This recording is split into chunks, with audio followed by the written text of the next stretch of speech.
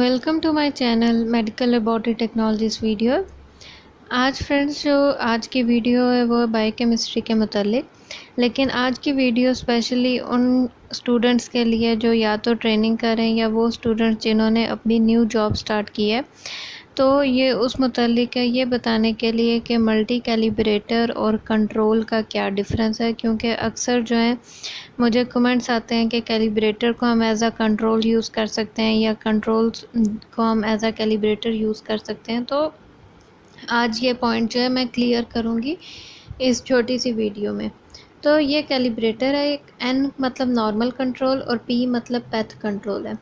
और कैलिब्रेटर जो होता है बायोकेमिस्ट्री में वो मल्टी कैलिब्रेटर होता है। मल्टी इसलिए बोलते हैं क्योंकि हम जो है वो एक से ज़्यादा टेस्ट जो हैं उनको कैलिब्रेट करते हैं।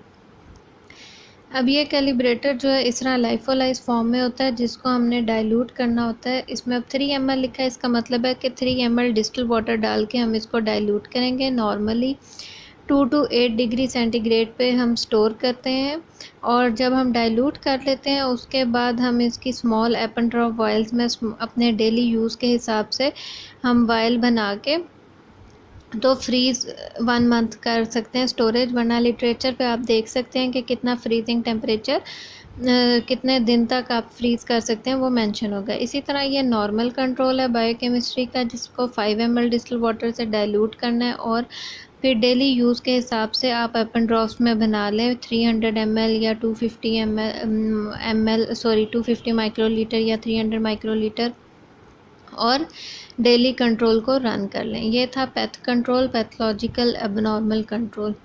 अब कैलिब्रेटर जो होता है, बेसिकली कैलिब्रेटर क्यों चाहिए होता है? कैलिब्रेटर इसलिए चाहिए होता है कि जो भी प्रोग्राम हमने मशीन में किया होता है, यानी कि उसकी एब्जॉर्बेंस क्या है, रेंज क्या है, कितनी लिमिट तक रीड करना है, उस मेथड को सबसे पहले हमने कैलिब्रेट करना होता है। एक तरह से कैलिब्रेशन जब तक नहीं होगी आप ना ही कंट्रोल रन कर सकते हैं और ना ही आप कोई टेस्ट पेशेंट का रन कर सकते हैं।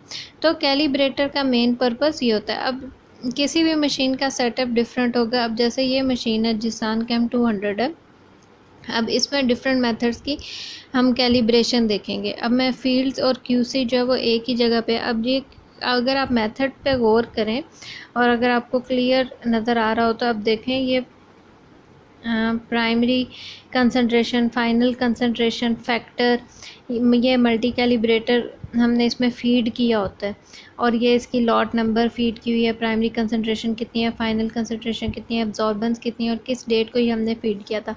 सबसे पहले हमने किसी भी प्रोग्राम का ये पूरा मेथड फ़ीड करना होता है, उसके बाद हम कैलिब्रेटर रन करते हैं। जैसे ही वो टेस्ट कैलिब्रेट हो जाता है तो उसके बाद ही हम कंट्रोल रन करते हैं। अब कंट्रोल में ये देखें, नॉर्मल और एबनॉर्मल कंट्रोल। कंट्रोल का मेन पर्पस क्या होता है? कंट्रोल के 2 पर्पस होते हैं।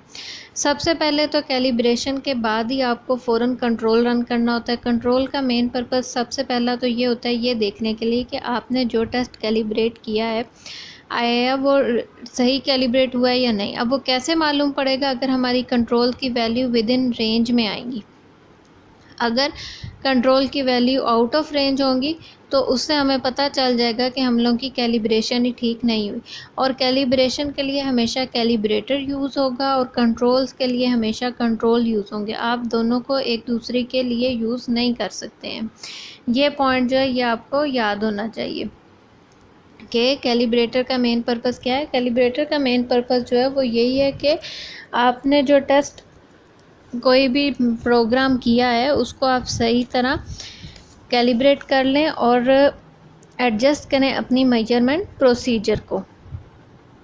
और ये लाइफोलाइज फॉर्म में होता है और हम इसको डाइल्यूट करते हैं। और कंट्रोल का क्या पर्पस होता है? कंट्रोल का पर्पस होता है मॉनिटर करना या एनालिसिस। मॉनिटर किस चीज़ को करना? कि परफॉर्मेंस ऑफ एनालिसिस के जो टेस्ट परफॉर्म कर रहे हैं उसकी रेंज जो है वो डिज़ायर्ड लिमिट्स में आ रही है या नहीं आ रही है। अब मैं डिफरेंट मेथड्स भी आपके साथ शेयर कर रही हूँ।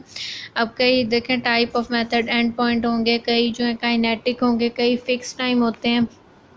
तो जितने भी मेथड्स होते हैं उनको सबसे पहले कैलिब्रेट ही किया जाता है, उसके बाद कंट्रोल रन किया जाता है अपनी कैलिब्रेशन चेक करने के लिए।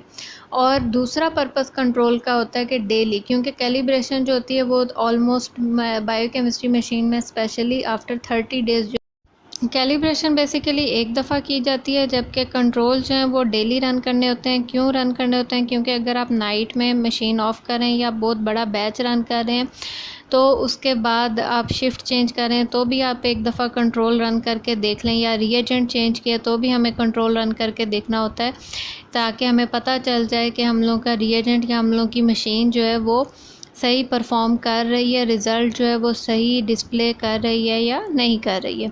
तो आई होप कि अब आपको समझ आ गया होगा कि कंट्रोल और कैलिब्रेटर का क्या डिफरेंस है। कैलिब्रेटर जो है वो ऐसा रिएजेंट होता है जो कि मशीन को कैलिब्रेट करने के लिए यूज़ होता है, किसी भी टेस्ट के मेथड को कैलिब्रेट करने के लिए यूज़ होता है, जबकि कंट्रोल जो है वो क्वालिटी चेक करने के लिए, अपने कोई भी जो हम एनालिसिस कर रहे हैं, कोई भी टेस्ट जो परफॉर्म कर रहे हैं उसकी क्वालिटी चेक करने के लिए जो है वो कंट्रोल यूज़ किया जाता है।